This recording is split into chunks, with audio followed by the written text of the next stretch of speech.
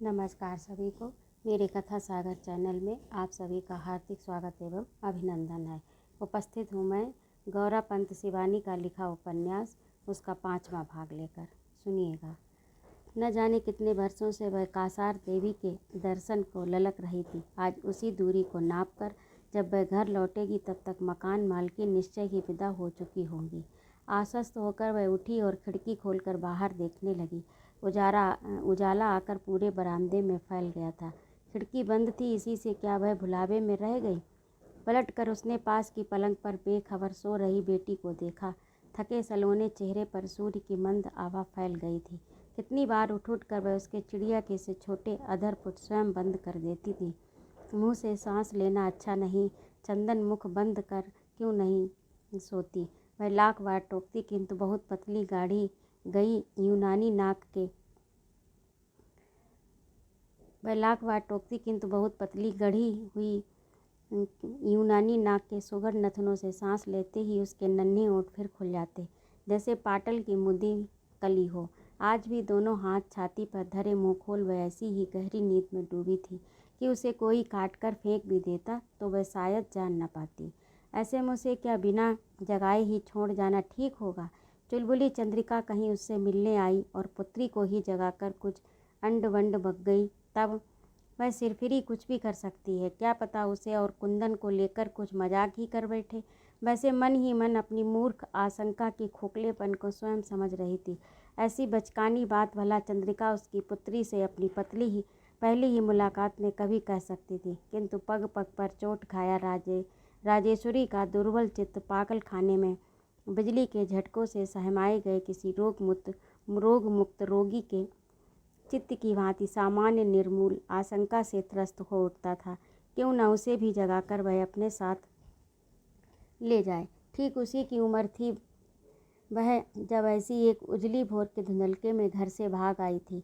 ठीक इसी कोने में खड़ी हाँफने लगी थी और भोली माँ को कैसे कैसे छलावे की लच्छेदार बातों में भरमाकर वह उस दिन आ पाई थी। स्कूल की किसी मास्टरनी जी ने एक्स्ट्रा क्लास लेने हाई स्कूल की पूरी कक्षा को सुबह 7 बजे बुलाया है। फिर वहीं सबको खाना मिलेगा और सब पढ़कर खूब दिन डूबे लौटेंगी आदि आदि। बात असल में दूसरी थी। कुंदन ने ही योजना का सूत्रपात किया था कि बहन और उसकी सहेली को लेकर वह कासार देवी जाएगा। वहीं उसका विदेशी चित्रकार मित्र भी रहता है। दिन भर उसके बंगले में बिताकर पिकनिक भी मना ली जाएगी और मंदिर के दर्शन भी हो जाएंगे। राम प्यारी ने बड़े से कटोर दान में नाश्ता भर तीनों को एक ऐसे अप्रचलित मार्ग की बीहड़ सुरंग में विदा कर दिया जहाँ से लोग कभी कभार अर्थी कंधे पर धरकर ही निकलते थे। 2 मील का निरर्थक फेर लेते तीनों काली मिट्टी की सुरम्य सड़क तक पहुँच पाए थे। मार्ग पर कुंदन उसे काली सड़क की कालिमा का इतिहास बताता गया। कैसे कुमायूं के लोहनिया ने यहाँ लौट कर होम किया था। इसी से होम करने वालों का नाम सदा के लिए पड़ गया लोहमी और सड़क हो गई जलकर खाक। पर मैं बिरहन ऐसी जली कि कोयला भई न राख, कहता वह उसके चेहरे के पास ही अपना हंसता चेहरा ले आया था। चंद्री बार बार जानबूझकर भी बिछड़ गई थी। जिस एकांत की 2 प्रेम विभोर हृदयों को कामना थी, उसके यथोचित प्रबंध की सूझबूझ शायद माँ के पेशे ने चंद्री की रक्त मज्जा में स्वयं ही बसा दी थी। वह कभी कभी इतनी दूरी का फासला रखती बिछड़ जाती कि दोनों प्रणयी किसी चट्टान पर बैठकर उनकी प्रतीक्षा करते और हर फलांग की दूरी पार कर चट्टान पर किया गया वह विश्राम राजेश्वरी के चेहरे को और भी सुंदर बना देता। आज सोती पुत्री को देख उसे लगा कि जैसे कैश्वर्य के दर्पण में वह स्वयं अपना प्रतिबिंब देख रही है। कितनी कितनी कही अनकही बातें, नवीन पल्लव से अंकुरित प्रेमी की मूँछों का प्रथम स्पर्श और काली मिट्टी की लंबी सड़क पर सदा सदा के लिए अंकित हो गए 2 जोड़ी अनुभवहीन पैरों के पदचिन्ह सहसा उसकी बड़ी सूझबूझ से रची योजना को मिटाकर रख गए। वह जाए या न जाए, इसी उधेड़ बुन में खड़ी स्मृतियों के सागर में डूब कर उतरा रही थी। द्वार खोलकर हंसती हंसती शांति खड़ी हो गई। लो, तुम तो एकदम फिटाफिट तैयार हो गई, यहाँ ब्रश भी नहीं किया। हाँ बिष्ट, सुबह से ही कुछ पढ़ने लिखने में लगी थी, सोचा तुमसे मिला दूँ, फिर तो आज वह चली ही जाएंगी। कुमायूं की इस प्रतिभाशाली महिला से तुम्हारा परिचय न कराती तो मन में एक ग्लानि ही रह जाती। अरे आप यहीं आ गईं, मैं तो राजेश्वरी को आपके ही कमरे में ला रही थी। विदेशी जीन्स में कटे केस गुच्छ का फुग्गा बड़ी अदा से पीछे फेंकती सिर से पैरों तक बिल्कुल ही बदल गई चंद्रिका। क्या उसका नाम सुनकर भी नहीं समझी? वह विदेशी मस्ती में झूमती हाथ बढ़ाती राजेश्वरी की ओर बढ़ी और सहसा किसी अदृश्य खड़क की धार ने जैसे उसके बढ़े हाथ को कलाई से काटकर अलग कर दिया। शून्य में हाथ झटका और उसका मुंह आश्चर्य से खुला ही रह गया। राजी तू? उत्तर में राजेश्वरी हंसने लगी, किंतु वह बिलक कर रोने भी लगती तो शायद उसका सफ़ेद पड़ गया चेहरा उतना करुण नहीं लगता। चंद्रिका ने तपक कर उसे बाहों में भर लिया। अरे तू तो और भी दुबला गई है री। मैं उसे छेड़ती दुलारती एक बार फिर पुरानी चंद्रिका बन गई। मैंने तो सुना था तूने किसी हलवाई की दुकान में अपने रूप की चांदनी छिटका दी है। मैं तो सोच रही थी तू इमरती बालूशाही खा खा कर खूब मुठिया गई होगी। इतना कहते ही वे अपनी प्रगल्भता से स्वयं संकुचित होकर सहम गई। सखी का श्रीविहीन वैधव्य मंडित चेहरा उसे उपालंब दे उठा। शांति हत बुद्ध सी खड़ी खड़ी उस विविध मिलन को देख रही थी। शांति हतबुद्ध सी खड़ी खड़ी उस विचित्र मिलन को देख रही थी। कंठ स्वर के गूंजने से व्याघात से बेखबर सो रही चंदन भी जगकर पलंग पर बैठ गई। कौन होंगी ये? अम्मा ने तो कभी उसे अपनी इस सहेली के बारे में कुछ बताया नहीं था। फिर वे जिस अंतरंगता से उसकी माँ से लिपटी बार बार बिछड़े दिनों की स्मृति में आंखें पोंछ रही थी, उसे देखकर ऐसा लगता कि वह कभी उसकी माँ की घनिष्ठ मैत्री की डोर में बंधी रह चुकी हैं। कैसी ठसकेदार महिला थी। लड़कों की सी चुस्त काली पैंट, सतरंगी जीन्स, सतरंगी जर्सी और कटे केस गुच्छ की एक एक तरंग जैसे गोंद से चिपकाई गई हो। क्षमा कीजिएगा, वह शांति की ओर मुड़ी और ठेठ विदेशी शिष्टाचार के उसके में दोहरी होकर क्षमा मांगने लगी। हम दोनों बचपन की सहेलियां हैं। अपने 2-3 बार शायद नाम लिया था। आपने 2-3 बार शायद इसका नाम भी लिया था, पर मैं इतनी मूर्ख कि तब भी नहीं सोच सकी कि मैं मेरी राजी हो सकती है। अरे ये क्या तेरी लड़की है? वह झटपट लजाती चंदन को बिस्तर से बाहर खींच लाई और दोनों बाहों में थाम हाथ भर की दूरी पर धर मुग्ध होकर उसका गुलाबी पड़ गया चेहरा देखने लगी। ऐ शाबाश, कटोरे पर कटोरा बेटा बाप से भी गोरा। ऐसी ही कुछ पहेली भी है ना राजी? मैं तो आज तक सोचती हूँ कि तू ही संसार की सर्वश्रेष्ठ सुंदरी है, पर यह तो आसानी से किसी भी मिस यूनिवर्स को चुटकियों में उड़ा देगी। बड़े लाड से उसने सखी को लजाती छुई मुई बन गई बिटिया का माथा चूमा और बड़े अधैर्य से हाथ की घड़ी देखती कहने लगी, डे मीट एयर पैसेज बुक न किया होता तो आज मुझे छोड़कर कभी नहीं जाती। ए राजी, चल न मेरे साथ रुद्रपुर। फिर अचानक उसने प्रस्ताव की धृष्टता से स्वयं ही सहमत होकर पल भर चुप हो गई। किस दुस्साहस से वह उसे अपने साथ रुद्रपुर चलने का न्योता दे रही है। ब्रिगेडियर भाई के तराई फार्म की लहलहाती फसल, द्वार पर बंधी हाथी से ट्रैक्टर, 5 पुत्र और स्थूलांगी पत्नी को देखकर ये क्या सुखी होगी। चल न, मेरे जाने से पहले 1 मिनट के लिए मेरे कमरे में तो चल। I hope you don't mind. एक बार उसने झुक झुक कर अपनी टेनेंट और सखी की पुत्री से क्षमा मांगी। फिर राजेश्वरी को अपने साथ खींच ले गई। विदेश से लौटकर चंद्रिका जैसे बढ़ती बहस को पीछे धकेलती और भी चपल डगें धरने लगी थी। कमरे में पहुंचकर उसने अपने लिए कुर्सी खींच ली और खाली पलंग पर धरा अपना विदेशी हल्का सूटकेस हटाकर राजेश्वरी को हाथ पकड़कर बैठा दिया। कुर्सी पर बैठते ही उसने अपना सुनहला सिगरेट केस निकाल लिया और सिगरेट जलाकर फूंकने लगी। छी छी चंद्रिका, जन्मजात संस्कारों की सिहरन से ब्राह्मण कुल की पुत्री की रीढ़ कांप उठी। तू क्या सिगरेट भी पीने लगी है? उसने कहा। ओ सिली, चंद्रिका की ओर जोर से हंसी और उसकी खोखली हंसी ने सुंदर चेहरे का मुखौटा उतार कर दूर फेंक दिया। रंगे केस, नुची भौंवें, चिपकाई गई पलकें, निरंतर लिपस्टिक के प्रहार से सूखे पपड़ी पड़े अधर। कितनी थकी और अधेड़ लग रही थी चंद्रिका। ये पूछ कि क्या नहीं पीने लगी। जिस समाज में अब रहने लगी हूँ वहाँ सिगरेट तो दूल्हे बच्चे माँ का दूध छोड़ते ही पीने लगते हैं और सयाना कुल्ला भी करता है तो शराब से। राजेश्वरी उसे फटी फटी आंखों से देख रही थी।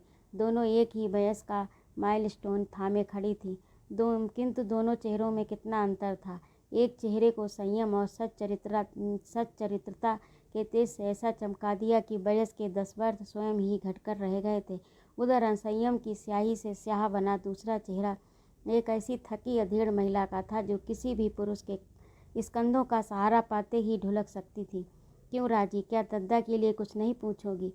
राजेश्वरी चुप रही। फिर भी उसकी चुप्पी से उदंड चंद्रिका नहीं सहमी। उसकी ठंडी हथेलियों को सहलाती वह फुसफुसाने लगी, तू तो कुछ नहीं पूछती, पर इस बार उससे मिली तो उसने अम्मा की कुशल पूछने से पहले तेरी कुशल पूछी। तू कहाँ है? तूने क्या सचमुच ही किसी हलवाई से शादी कर ली है? तेरा पति कैसा है? क्या तू मुझे चिट्ठी भी लिखती है? आदि आदि। और एक तू है कि झूठे मुँह से ही उसकी कुशल नहीं पूछती। मैं तुझे भूला थोड़े ही है, इसी से तो पी पिलाकर लिवर एकदम चौपट कर लिया। बदजात ने एक दिन अपने बड़े लड़के को देर से घर लौटने के लिए खूब डांट रहा था। मैंने अकेले में छेड़ दिया। क्यों दद्दा? लड़के को तो मेरे सामने ही ऐसे डांट दिया और रुआंसा हो आया।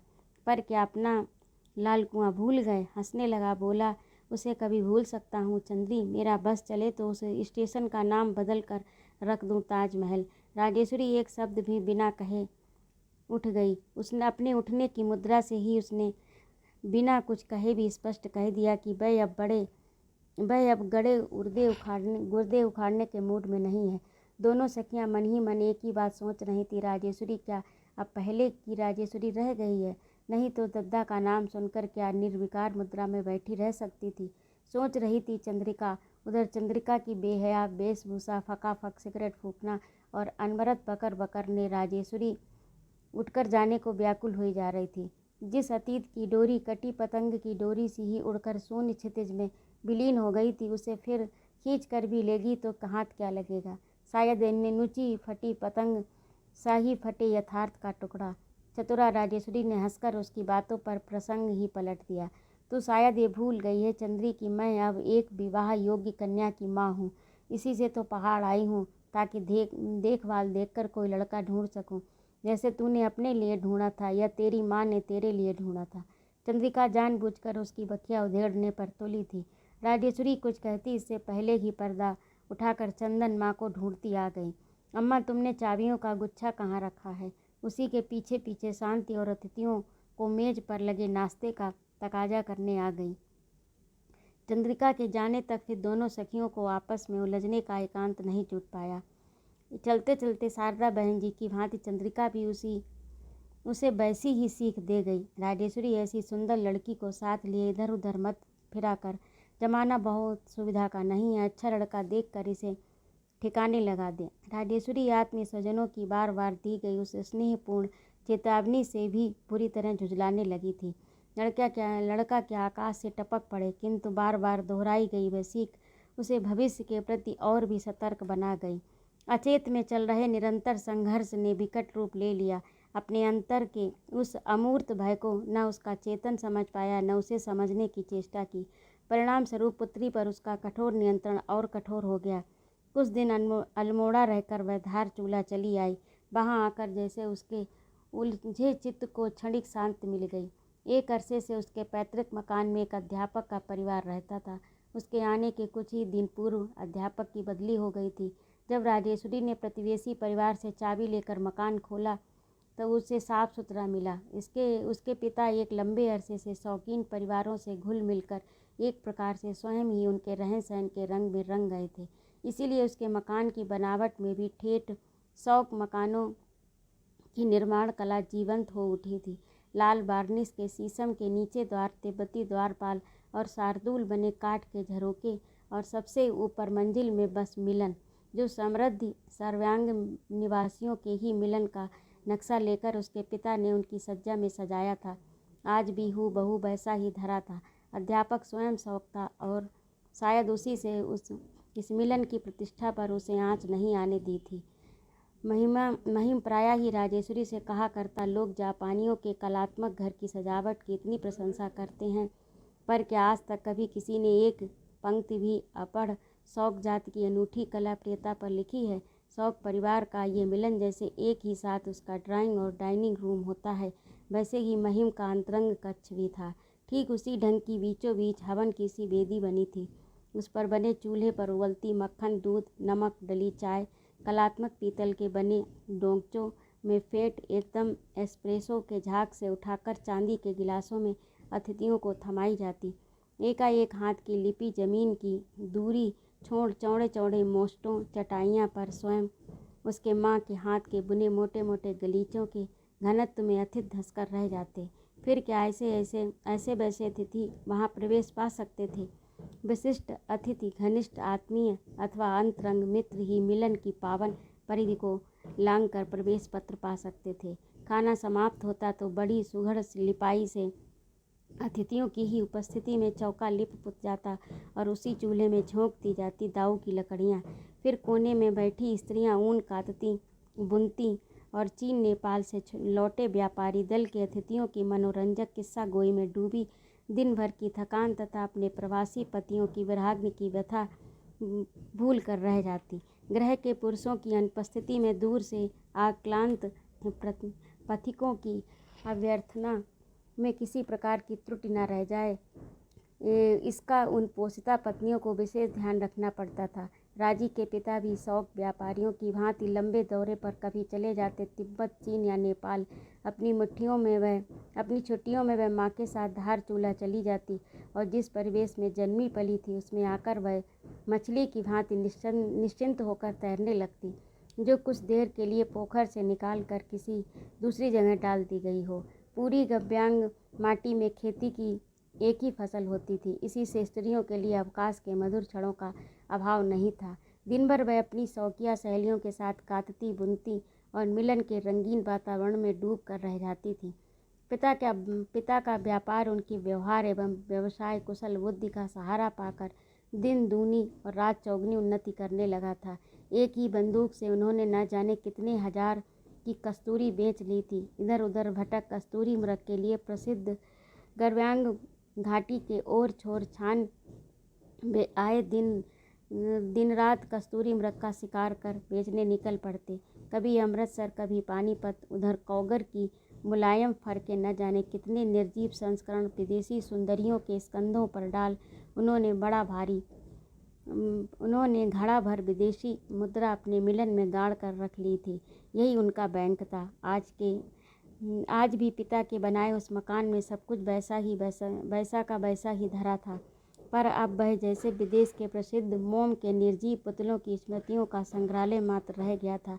चारों ओर निसंग शून्यता में खड़े उसके सुनहले शैशव के साक्षी पीपल के पेड़, बरगद की धूमिल जटाएं, हर्रावा हर्र और बराड़ा बहेड़ा की शीतल छाया में रक्तिम पुष्पों की चादर सी बिछाए दाऊ के वृक्ष। बीते शैशव की एक एक पगडंडी पर वह उल्टा मुंह किए पीछे की ओर लौटी जा रही थी। मिलिट्री ने खेत साफ कर दिए थे, पर अभी भी किसी पराजित वीर शासक के टूटे फूटे दुर्गों की भांति अचल खड़े थे वे ही चिर पुरातन सूखी घास के लूटे कदली बन के झुरमुट और आमलों से लदे फंदे वृक्ष। बचपन में झुंड किशोरी शौकियाणियों के साथ वहाँ काली नदी में तैरने जाती और देखते उसकी मरकट सेना एक साथ लपक कर एक एक आंवला मुँह में धरती, पेड़ को नंगा कर देती। बरसों पर पूर्व आंवला मुख में रखकर ली गई काली के जल की मीठी घूंट सहसा इतने लंबे अरसे के बाद उसके मुंह का स्वाद तिक्त कर गई। वो मील की चढ़ाई पार करती वह तपोवन के शिवालय में जो मांगने गई थी वह क्या उसे मिल गया था? उधर दक्षिणी से खुली धारचूला की रम्य घाटी अब भी ज्यों की त्यों धरी थी। बीच में निकाली गई मांग की ही भांति उसे दो भागों में विभक्त करती काली नदी इठलाती अभी भी उसी भुजंग प्रयाग के से छंद से चली जा रही थी। सामने दूसरे छोर पर दिखती नेपाल की सीमा में सजी धारचूला की चोटी।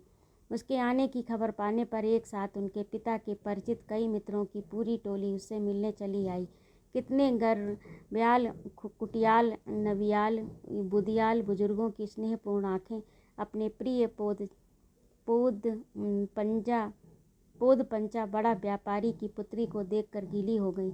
याद है राजी, तू कैसे हमारे यहाँ से चुरा चुरा कर छर्त स्या सुखाया नमकीन गोश्त ले जाया करती थी और एक दिन पोद पंचा ने तुझे पकड़कर खूब पीटा था। और याद है राजी, अब तेरी कंच चांदी की कटोरी में तूने रुक्मिणी के साथ चाकती पी ली थी और नशा चढ़ने पर आधी रात तक नाचती रही थी। सब याद था उसे। रुक्मिणी थी उसकी सुंदरी शौक्याणी सहेली। वह उसे लेकर एक बार अपने कुंवारे छोटे मामा के साथ तपोवन के रामकृष्ण आश्रम में क्या लेने गई थी, और दुष्ट मामा ने मालू शाही गा कर रुक्मिणी को रुला दिया था। बाबा मांगी दीछै सुनपता सौके की चेली, मेरे पिता मेरे लिए सुनपता सौक की बेटी का रिश्ता मांग दो। थोड़ी दूर चलकर फिर वह अंतरा अलापता, बेटी का देखी की सुड़ी तुइले सुनपता सौके की चीले, शौक देसा जोहारे देखी बाकरू का ग्वाला देखी, बाग स्यारा का म्याला देखी सुनपता शौक की चेली। अरे मेरे बेटे, तूने इस सुनपत शौक की सुंदरी लड़की को कहाँ देख सुन लिया? भला शौक की बेटी से तुम्हारा उसके कुपथ्या बेटे का विवाह कभी हो सकता है?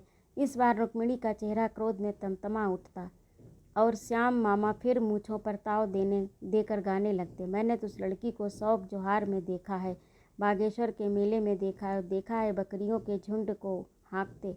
रुक्मिणी रो पड़ी और कुछ दिनों तक उसने राजी के मिलन की बैठक में आना स्वयं ही बंद कर दिया। पर राजेश्वरी का तो उसके बिना एक पल भी सार्थक नहीं था। चावल गेहूं और जौ की बनी उस ग्रह की अपूर्व चाकती की घूंट वह आज भी नहीं भूली थी। कपड़ों से मढ़कर उबले अनाज की हड़िया में बलमा की खमीरी टिकिया डालकर कैसे स्वादिष्ट सोमो बनाई जाती थी, और फिर कैसे बही मीठा रस छान कर बनती है दारू, कैसे जुगली की धार से टप टप कर टपकती बूंद से जो पहली बोतल भरती है वही ब्रांडी कहलाती है। ये सब राजी अनायास ही सीख गई थी। एक अंग्रेज साहब तो एक बार हमें इसी बोतल के 500 रुपये दे रहा था। रुक्मिणी ने उससे कहा, पर बाबू ने उसे खूब डांट दिया, तुम्हारे बाप दादे भी इसकी एक घूंट लेकर सीधे पैर नहीं रख पाएंगे। साहब, ये क्या तुम्हारे देश की ब्रांडी है? उसी बहुचर्चित घूंट की चोरी से गुटकी गई कंच भरी ब्रांडी ने राजी को आधी रात तक नचाया था। आज उसकी वह सखी रुक्मिणी धारचूला की नेपाली घाटी में जाकर सदा के लिए सो गई थी। आसपास अब भी 3-4 शौक भाटिया परिवार बसे थे, पर वहाँ भी राजेश्वरी की अनुसंधानी दृष्टि ने 2-3 तरुण चेहरे देख लिए थे। इसी से उसने चंदन को एक बार फिर बंदनी बना दिया। इस परिवार के उन्मुक्त मनमौजी जीवन से वह परिचित थी। स्वयं उसका अतीत, जिसके स्नेह सौजन्य की स्मृतियाँ अब भी सोम के धन की भांति सेते उसके साथ साथ चला आ रहा था। उसमें जैसे वह पुत्री को वंचित रखना चाहती थी, पर लाख कड़ाई बरतने पर भी वह सयानी लड़की को क्या कमरे में बंद कर सकती थी? फिर उद्दाम यौवन की तरंगों को आज तक कौन कमरे में बंद कर सका है?